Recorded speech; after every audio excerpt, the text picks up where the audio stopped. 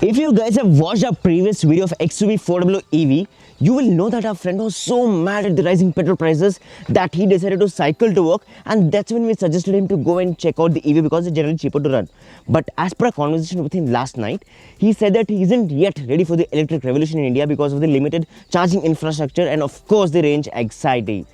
But wait, there has to be a solution for it. Before we actually adapt to EVs, there has to be something that is going to help in this transition phase, and that's where hybrids come into picture. And Maruti Suzuki decided that let's jump into this lucrative segment in the form of the Grand Vitara.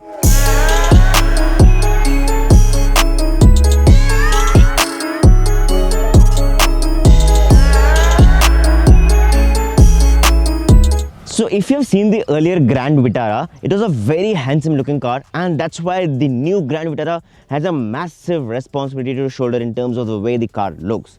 And I honestly don't think that Maruti Suzuki has gone wrong here in terms of the design element, because this car is very bold in terms of the stance it offers on the road especially. So starting off with, you have this thick chrome grille which is running across the car from the left DRLs to the right DRLs, making the car a very bold looking handsome car out there. This thick grille is complemented by another smaller grille which is in parallel to that. So basically you have lots of chrome elements in the car in the front which Indians are going to love. Of course, there's a proud Suzuki logo here, and if there's something that I need to talk about, it is the front camera, because this car comes with 360-degree camera which actually is very helpful in taking a car through tight parking spaces, because this isn't a small car exactly. And then moving downwards, you do have the skid plate which is in silver finish, and especially in this blue color, this car looks very handsome. Last but certainly not the least, you have the projector headlamps, and then there is this grille which is one of a kind, which is something that we have not seen for a long time. There are a lot of design elements in this grille, but this actually makes it very compelling in terms of the overall styling. So talking about the alloys, they are 17 inches, and one thing that I would rather feel something to complain about is they are 215 section tires, and in my humble opinion we could have got slightly thicker tires there, and they're running on 60 profiles. And what's kind of important is the alloy wheel design. Honestly, I feel that the design elements in the alloy wheels could have been better, because this still has some resemblance with the S-Cross, which is quite aged, and it's actually aged well in the Indian market right now. So talking about the side profile of the car, this is one particular angle which looks really nice and proportionate, giving you that SUV styling, because it's not exactly coupe or something, it's a proper SUV styling that Maruti Suzuki has got it right here. And then the B pillar is blacked out here with a chrome strip running across the front and the rear doors, making it nice and sporty at the same time, especially in this blue color. And then of course you do have a request sensor with the pull type grab handle for this car. Of course, ORVMs do get turn indicators to make your life easier. And one thing that's actually missing is the functional roof rails. That would have given the extra macho character to this car, but I think that's not the case right now.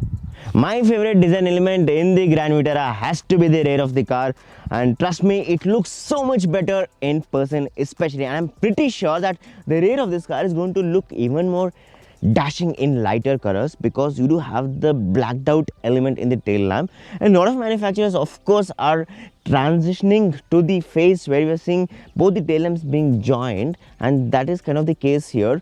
They're just separated with a small Suzuki logo here. And starting off with the design elements, you do have the shark fin antenna there, rear wipers. Of course, I don't think rear wipers is something to mention. No, actually I have to mention it, because when we drove the Alto did not have a rear wiper. I think rear wiper should be there in every single car.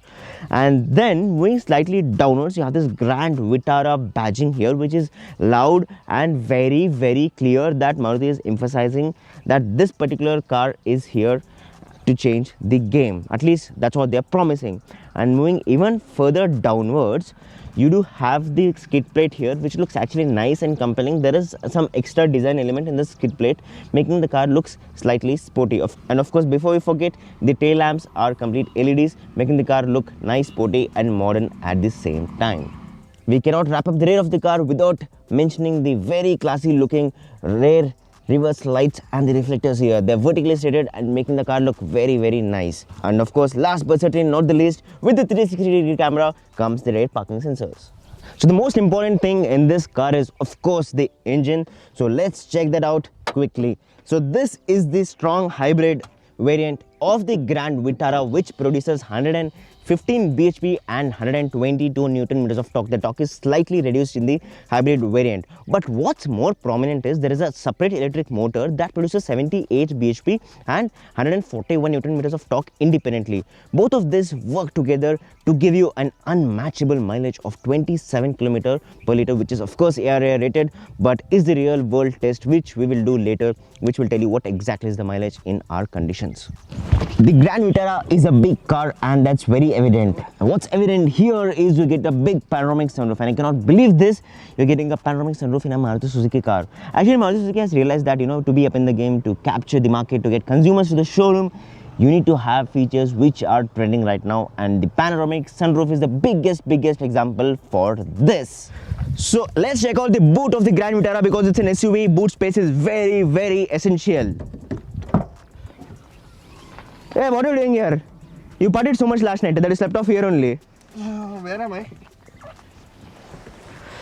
The boots of modern cars are so big, and this boot is so huge that it can actually accommodate a full-size adult like that.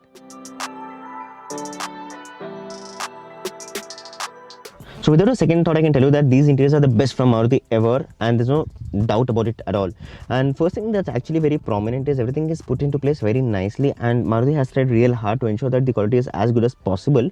But of course, there are a couple of bits where the quality could have been better. These plastics are fine, but they could have had slightly more soft touch appearance in nature, and especially some components in the engine bay could have been better. So coming back to the interiors here, so there is this particular portion, there's a garnish here which is kind of light gold, and it's going to remind you of the headlamps design of the Fortuner. So if you look at the grille of the Fortuner, it just converges like this. So that is something which is very inspirational, for the lack of a better word, that is there here. And there is this soft touch dash panel with the stitching, contrasting stitching, which is actually good. And then there is a steering wheel here, and one small difference is if you drive the non-hybrid variant, the button layout is different there compared to the button layouts here. And then of course this is the gear selector here. There is a special B mode which is for the extra region when you want it.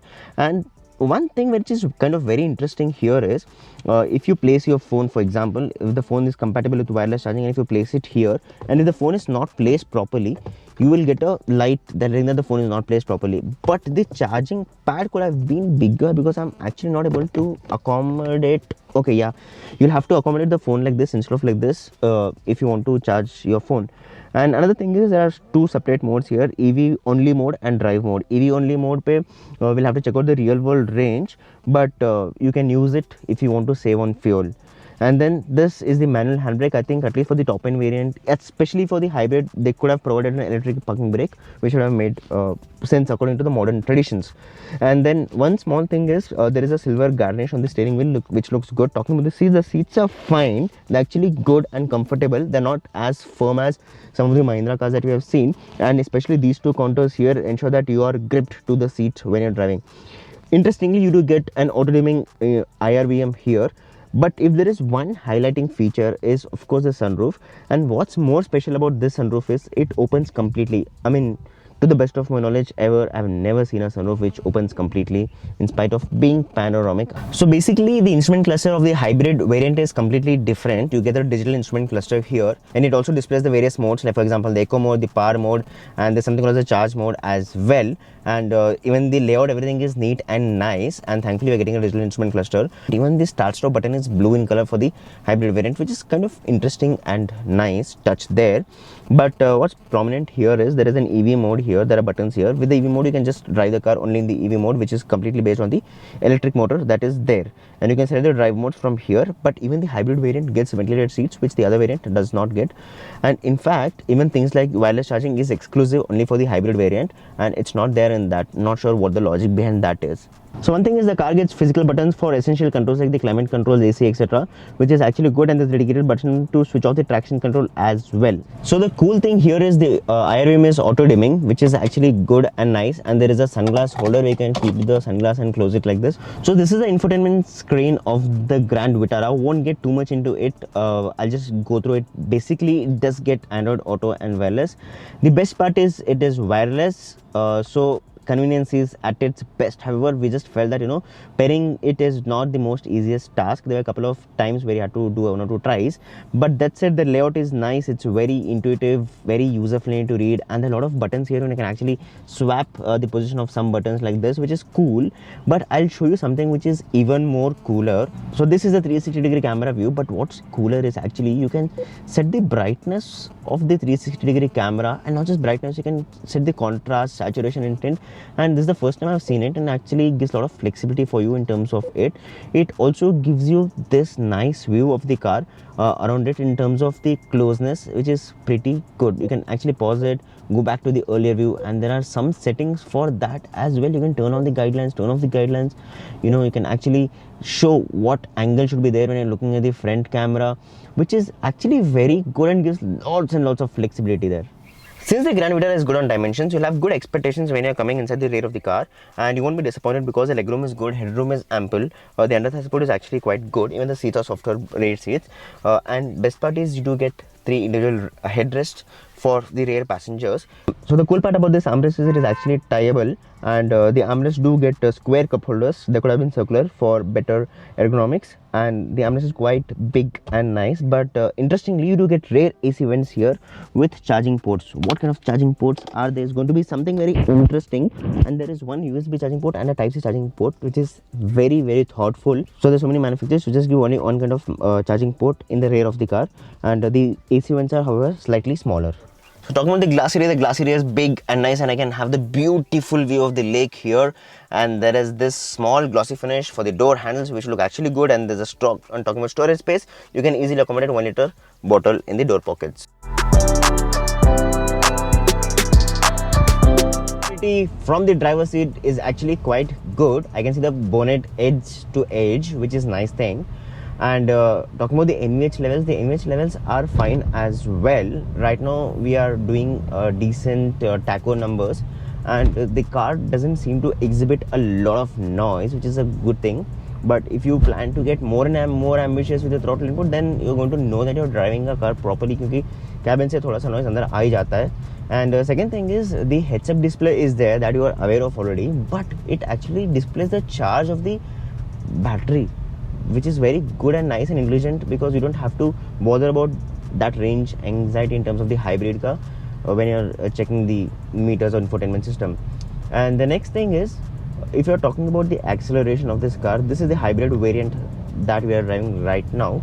There is a slight bump in power numbers compared to the non-hybrid variant, but the acceleration seems to be good enough. And especially this car is an example or trendsetter in terms of why you should not believe the numbers or specs on the paper. The all-wheel drive variant is next level good. We'll see a couple of clips from that all-wheel drive event here.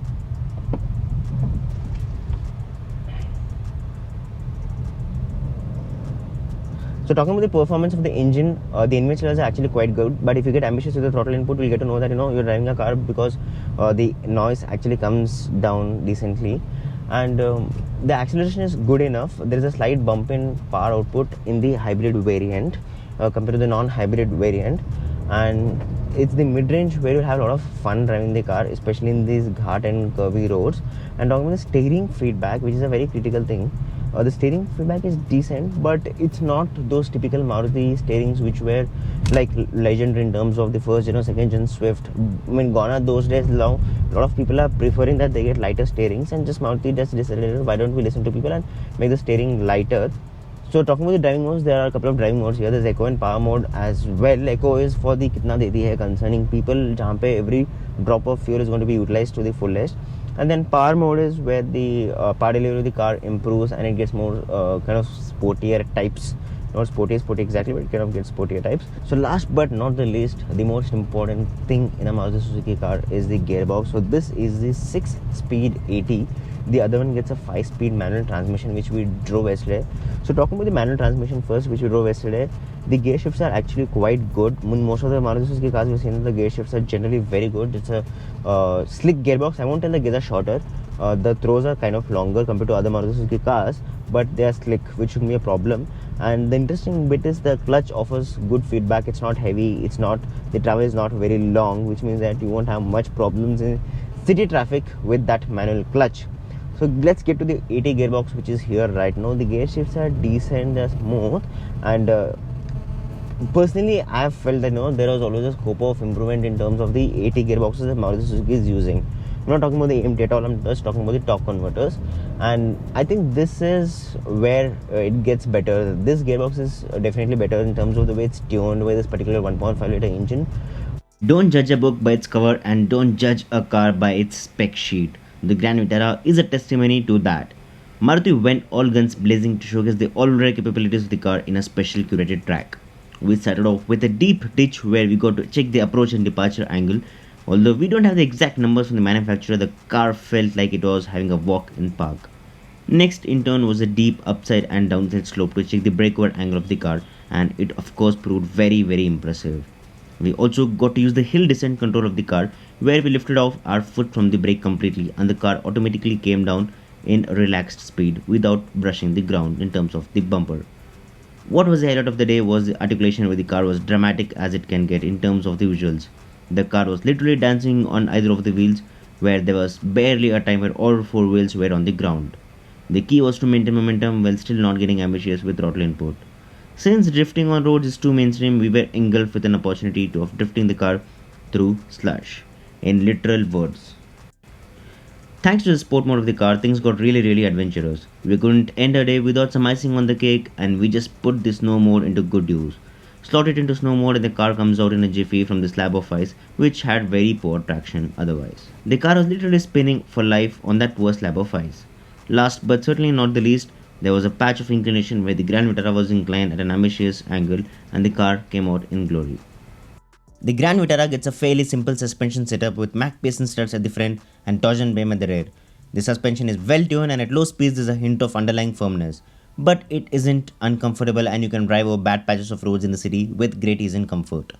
Ride quality is going to be a big USP of this car, and not because it has best of the best bad road dynamics, but the competition feels incompetent when you pitch this against them in most cases. Although it won't be difficult to throw the car into hairpin bends and exit them without running wide because of the geometry of mechanics under it, the handling does feel good and sober for the lack of a better word. Body roll for such a high riding vehicle is well contained, and this feels confident when making sudden lane changes or tackling corners.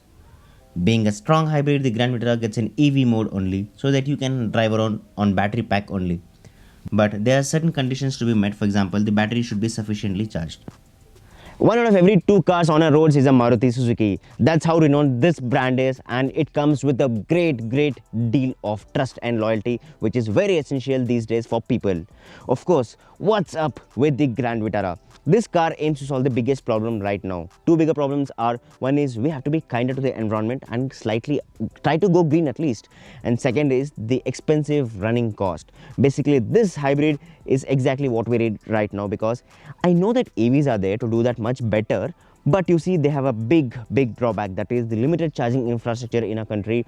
And of course, you don't know this, but after say 5 or 6 years, the batteries of EV are not going to be very efficient as you bought it on day one, and that's where the range is going to eventually decrease. But with the hybrid, you have the peace of mind, you have the confidence when you're driving. You don't have to worry about range, because the primary source of running this car is petrol. Hybrid is just there to assist you for that extra electrification gratitude. In a nutshell, I think this car is going to do wonders, because not just from the tech perspective, this car is offering space, this car is offering lots of modern day features finally from Maruti Suzuki, and more importantly, this car is going to be safe and fuel efficient as well. Talking about safety, we of course have to wait for the safety ratings of this car. Until then is the time that is going to be a big test for this car. If you guys like the video, don't forget to subscribe to our channel and follow us on Instagram. Take care and drive safe while we say goodbye to this beautiful city of lakes, Udaipur.